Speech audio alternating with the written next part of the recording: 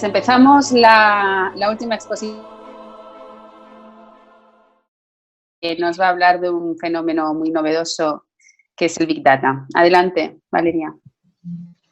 Buenas tardes, con la venia del tribunal me dispongo a defender el trabajo de investigación titulado Big Data midiendo el futuro. En primer lugar, les muestro los bloques en los que se ha dividido el trabajo, comenzando con la justificación y con el consiguiente problema de investigación a resolver, siguiendo con el marco teórico, la metodología, los resultados obtenidos y por último las conclusiones extraídas. Para apoyarnos en el interés científico de esta investigación se llevó a cabo una primera justificación. Hoy en día Internet tiene 4.540 millones de internautas y de ellos 4.021 millones son activos. Si seguimos hablando de cifras, los usuarios en redes sociales han crecido en 124 millones, lo que implica que cada 15 segundos hay un usuario nuevo en Internet. Es más, cada segundo se suben 2,8 millones de publicaciones a las redes sociales, se hacen 2,5 millones de consultas en sitios web, se realizan 27,2 mil revisiones en publicaciones, se envían 201 millones de correos electrónicos, se realizan 50,7 mil opiniones en publicaciones, se publican al cabo de 57 mil imágenes y se invierten alrededor de 100 horas de vídeos online. Todos estos datos constituyen el llamado Big Data, el cual se define como un volumen de datos masivo imposible de manejar a través de un software tradicional. En función de todos los datos anteriores, se abre una posibilidad de predicción muy profunda en lo que respecta a una multitud de fenómenos socioeconómicos, como puede ser el mercado laboral, habiéndose convertido el Big Data en una herramienta casi imprescindible para las empresas más ricas. Basados en este volumen de datos y en la repercusión de los mismos, esta investigación responde al problema de investigación de si es posible predecir distintos acontecimientos sociales en base a la tipología de los datos a través de modelos matemáticos basándonos en el Big Data. Pues bien, es importante sostener el trabajo en un soporte teórico, y para ello se ha hecho un estudio desde el nacimiento de las TIC, Internet y la Web 2.0 hasta la aparición del propio Big Data. A través de este se han tenido en cuenta todas las utilidades de dicho término, profundizándose y especializándose en el análisis predictivo, utilizando los grandes volúmenes de datos. Cuando hablamos de las aplicaciones que tiene el Big Data, nos referimos a las innumerables ventajas que nos proporciona tanto en el ámbito profesional como en el ámbito personal. Por ejemplo, en estos momentos se están utilizando los grandes datos para poder frenar y controlar la pandemia mundial que estamos sufriendo. Se está analizando cuál podría ser la mejor estrategia para que nuestro equipo favorito gane la liga este año. Nos estamos comunicando con nuestros seres queridos a través de videollamadas o enviando mensajes de texto. Se están optimizando los ingresos de nuestras empresas e incluso estamos calculando la huella ecológica para poder predecir qué futuro deparará nuestro planeta. No obstante, el núcleo del trabajo repara en predecir y analizar, buscando patrones de comportamiento para poder mejorar nuestras decisiones en el futuro. Respondiendo al problema de investigación planteado anteriormente, se propuso un objetivo general, el cual se corresponde con diseñar modelos predictivos matemáticos de fenómenos sociales en base a su presencia en buscadores por medio del Big Data. Y para ello se propusieron otros dos objetivos específicos: definir fenómenos susceptibles de predicción a través de Big Data, así como establecer distintas estrategias predictivas utilizando técnicas matemáticas para definir y posteriormente predecir comportamientos potenciales de fenómenos sociales. En lo que respecta al diseño de la investigación, se corresponde con una investigación de enfoque cuantitativo con un doble alcance descriptivo correlacional, así como la técnica también cuantitativa. El método de esta investigación estudia y analiza el grado de relación que existe entre las dos variables cuantitativas mediante modelos matemáticos y representaciones gráficas. Es decir, se basa en la modelización estadístico-matemática utilizando recopilación de datos y hojas de cálculo para posteriormente poder estudiar dicho grado de relación mediante lo que se denomina el análisis de correlación. En esta investigación se han utilizado tres modelos matemáticos. Un primer modelo, el análisis de regresión, que como presentaba ciertas limitaciones, se evolucionó a un segundo, el análisis de regresión desestacionalizado, el cual se tomó como ejemplo y simulando el análisis bursátil, se siguió un tercer modelo, el análisis técnico. Comencemos con el primer modelo, el análisis de regresión desestacionalizado. Tras comprobar cómo han incidido sobre las series temporales las variaciones ocurridas en la variable dependiente e independiente y determinar la tendencia del suceso, se realizó la predicción del fenómeno gracias a la regresión matemática, estudiando, como se ha dicho anteriormente, la relación entre las dos variables cuantitativas. En la aplicación de Microsoft Excel, tras analizar el tipo de serie temporal, quedaban determinadas 6 tipos de líneas de tendencia, que se correspondían con exponencial, lineal, logarítmica, polinómica, que hay que remarcar que en este trabajo únicamente hemos utilizado polinómica de grado 2, potencial y media móvil. Cabe destacar que en cada caso se ha utilizado la ecuación que optimiza la tendencia de la serie, con el fin de obtener el máximo valor de R cuadrado. Como esencialmente, aunque con matices que aclarar, esta simplificación es válida para este estudio, el modelo de regresión únicamente estima una de las 4 componentes de una serie temporal, la tendencia en este caso. Y tras esta estimación, con este modelo se observó que las predicciones tendenciales son fiables, pero que no contemplan las fluctuaciones cíclicas y estacionales. Por lo tanto, para subsanar este déficit, se evolucionó al segundo modelo, el análisis de regresión desestacionalizada.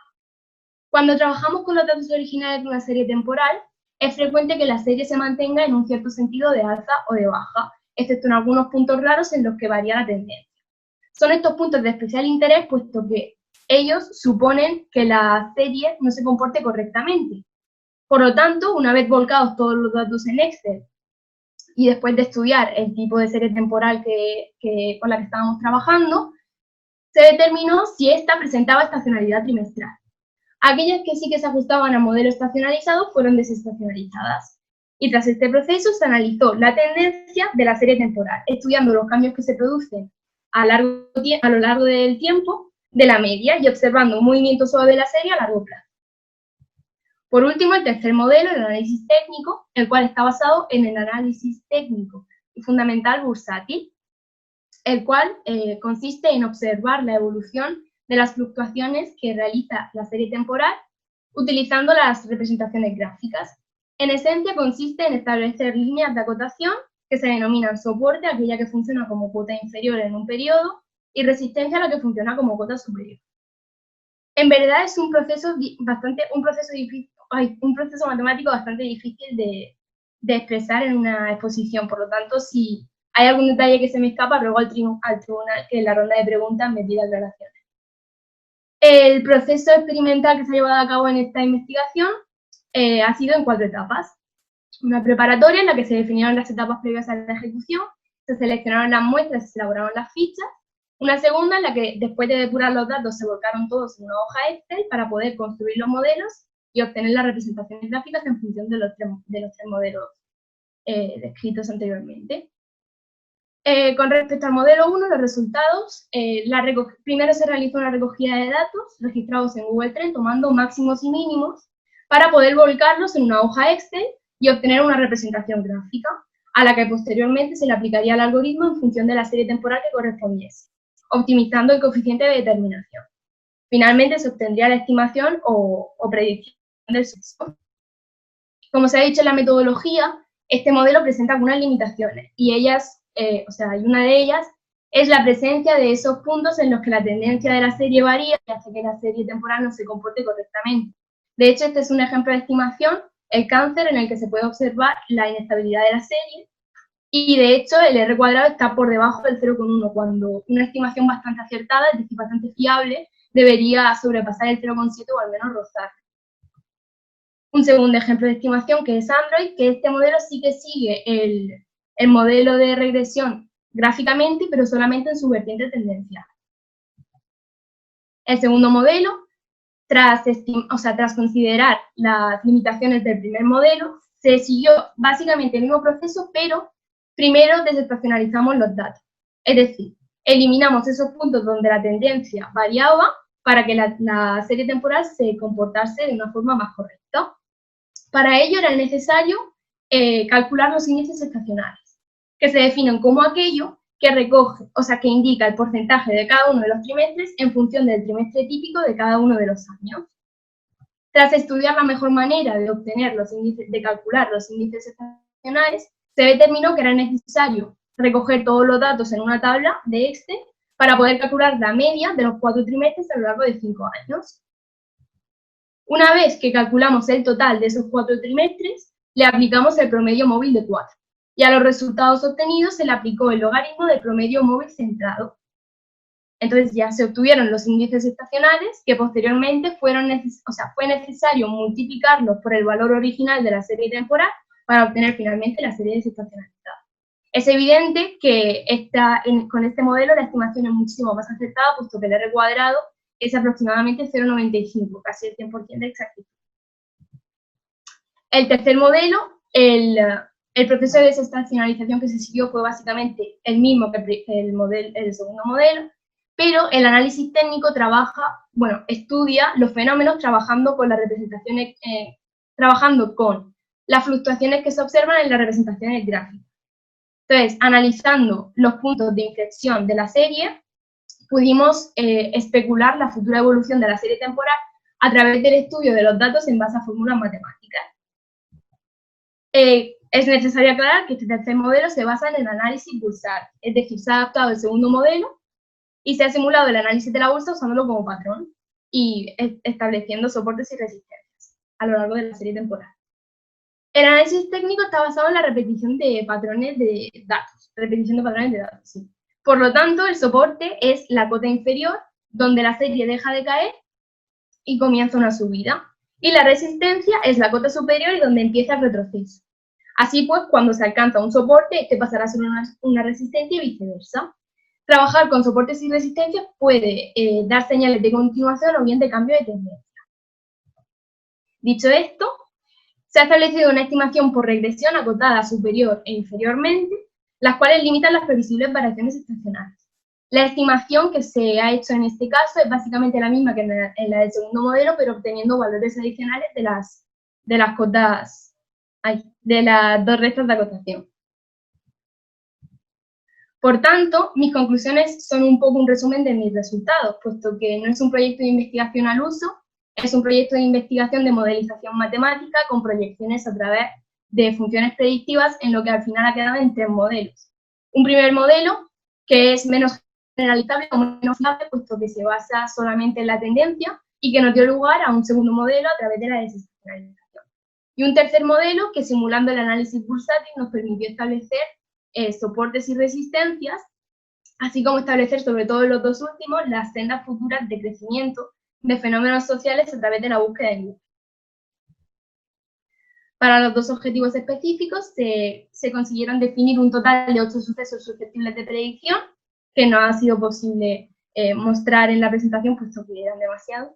Y en el objetivo, con respecto al objetivo específico 2, son 3 los modelos matemáticos que se han establecido como vía para poder determinar la tendencia futura de los sucesos sociales. Esta es una pequeña revisión bibliográfica del trabajo.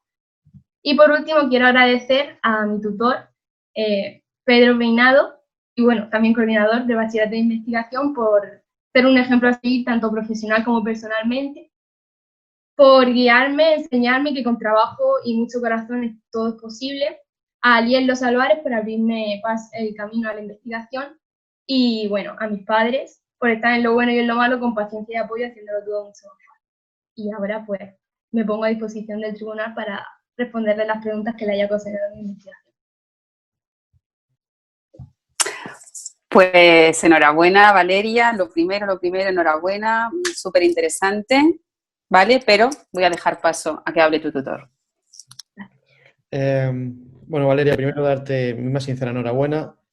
Cada vez que planteábamos una reunión sobre el futuro del proyecto, pues caminábamos un poco a ciegas, ¿no? Porque son territorios que son difíciles de explorar, y más con los argumentos matemáticos que se tienen de una alumna de primero o segundo de bachillerato. Pero tu capacidad de adaptarte a cualquier condición y de no renunciar a indagar y descubrir todos los caminos que propusimos te ha hecho llegar hasta aquí. No sé si eres consciente de que lo que acabas de hacer no se ve ni en TFM y seguramente en algunas tesis se quedaría bastante corto. No es fácil hacerlo, que lo has hecho. Lo difícil es de divulgarlo y defenderlo como lo has divulgado y como lo has defendido. Es decir, yo sé que hace falta, bueno, como un cierto nivel matemático para entender lo que ha pasado aquí. Seguramente ciertas personas que no están cercanas a las matemáticas le haya costado, te estarán diciendo qué dice esta, ¿no? Pero los que sabemos un poco de qué va esta historia, hay que ver con la solvencia, insisto, con la capacidad de transmisión y de divulgación que lo ha hecho. Decía Einstein que uno no controlaba una cosa hasta que era capaz de explicárselo a su abuela. Pero es que tú lo has explicado tan bien, lo has hecho tan bonito y lo has hecho tan fácil que yo creo que espero que no olvides este día en toda tu vida, porque académicamente será uno de los mayores logros que has tenido. Que sepas que estoy súper orgulloso de ti. Para mí ha sido un total orgullo trabajar contigo. Gracias por todo el cariño y por toda la fe que has tenido conmigo en mí en este periodo. Gracias a ti.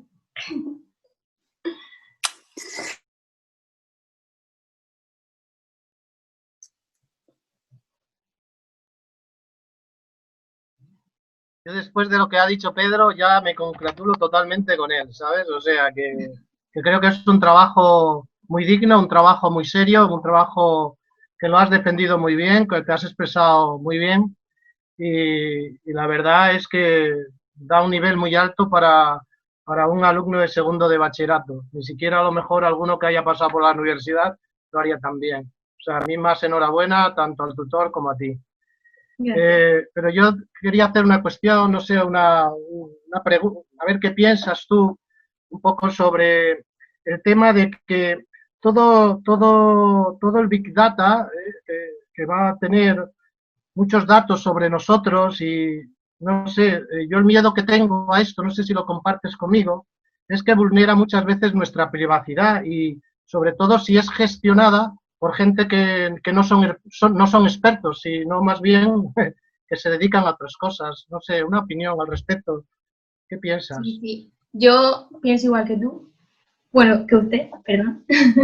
Porque, de hecho, en la revisión bibliográfica que se ha hecho en el marco teórico, se estuvo estudiando las ventajas y las desventajas que tenía el Big Data, y una de ellas era el que las grandes empresas trabajan y realizan, bueno, lo que a ellos les place, con los datos que nosotros dejamos, bueno, el rastro que dejamos en Internet nosotros, porque, por ejemplo, cuando nos registramos en alguna aplicación, dejamos un rastro de datos que ellos pueden utilizar y que usted no sabe cómo puede influir eso en su vida privada. Entonces, yo creo que es bastante peligroso el hecho de que los datos sean tan grandes y sean tan abiertos, porque las grandes empresas pueden utilizarlo a su antojo y pueden hacer lo que quieran con esos datos. Por lo que yo creo que comparto su miedo, la verdad. Nada más, gracias. Muchas gracias, Valeria. Doy paso a Joaquín, que seguro que te quiere preguntar algo. Bien, te felicito, Valeria. Quiero felicitar a Pedro. Este trabajo es un trabajo muy técnico, un trabajo que incluso para nosotros, pues tiene una complejidad y yo he tenido que leerlo varias veces e ir tomando notas de algunas cuestiones. El nivel de tecnicidad que tiene tu trabajo, yo sobre todo he podido verlo, he podido apreciarlo, igual que en otros trabajos, pues analizando cómo has manejado los datos. No solamente he leído tu trabajo, sino que he estado buceando literalmente en tus hojas de cálculo, viendo cómo lo has hecho, cómo has ido ajustando, cómo has intentado modelizar a través de una serie de búsquedas que has hecho, de términos en concreto en Internet, y cómo has buscado la regularidad. No sé si decirte que si entre tú y yo montásemos un negocio de agentes de bolsa, fuésemos capaces de predecir los picos, no la regularidad. Tu tutor ha levantado la mano, pero en este caso se va a quedar fuera del negocio. De predecir sobre todo los picos, que es lo que a mí me gustaría, para conocer el mejor momento de hacer la inversión y que aquello se disparase un 5 o un 10%, y en 24 horas, pues un 5 o un 10% de beneficio en 24 horas, pues el beneficio anual sería unos porcentajes, vamos, sería el negocio de nuestra vida. Dentro del nivel de tecnicidad que tú has utilizado en tu trabajo, que yo lo alabo, lo quiero destacar aquí, te quiero felicitar, me ha parecido una excelencia en ese sentido. Has utilizado muchas veces, ya has hablado de la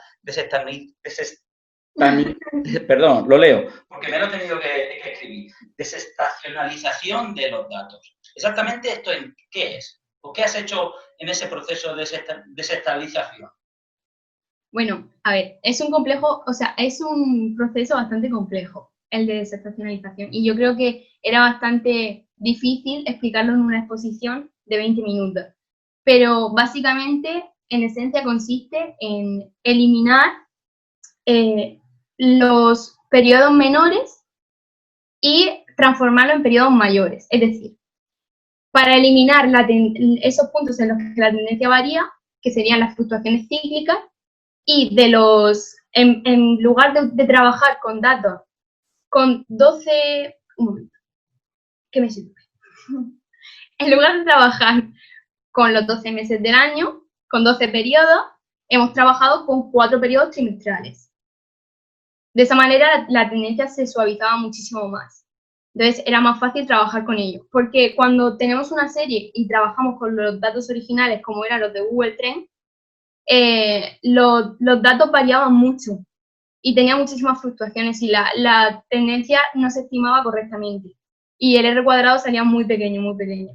De hecho, si, como usted ha dicho, si ha visto las Excel que he subido a la carpeta, los R cuadrados del principio eran muy pequeños.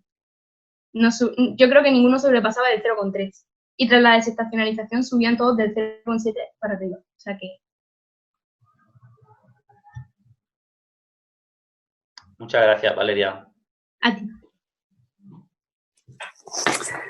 Pues enhorabuena, Valeria. Me ha encantado cómo lo has explicado, porque al leerme todo este trabajo tan matemático, tan técnico, con tantas cosas tan difíciles, digo, madre mía, ¿cómo va a hacer para explicarlo todo? Porque lo tienes que entender súper bien, que es lo que decía Pedro, de que no entiendes algo hasta que no puedes explicar a tu abuela.